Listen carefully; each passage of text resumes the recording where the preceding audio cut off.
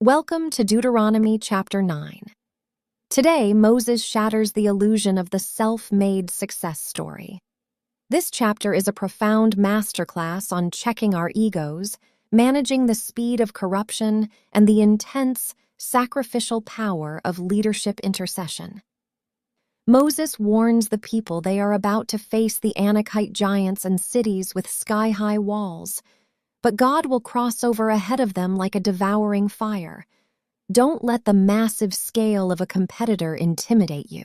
When your execution is aligned with a powerful overarching system, that foundational system becomes the great equalizer against giant obstacles. Then, Moses drops a harsh truth. They aren't getting the land because they are good. In fact, they are stubborn. They are getting it because the competition is wicked.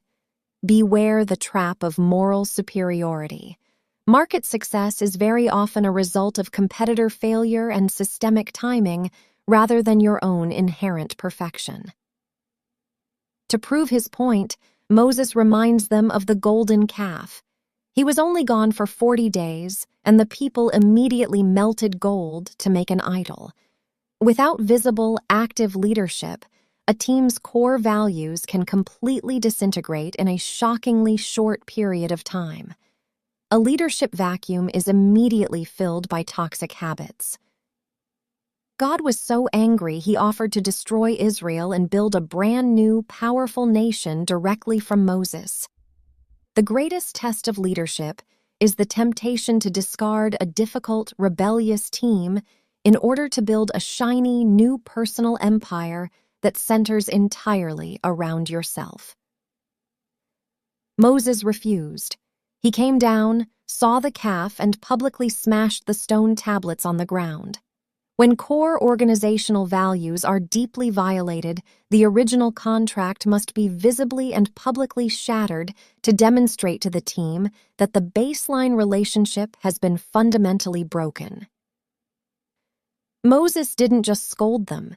He burned the calf, ground it into fine dust, and flushed it down the stream. A toxic culture cannot just be reprimanded.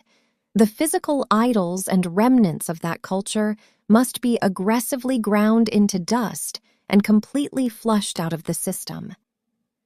Moses then threw himself down, fasting for another 40 days and nights to beg God to spare the people and Aaron. Exceptional leaders absorb the operational cost of their team's failures.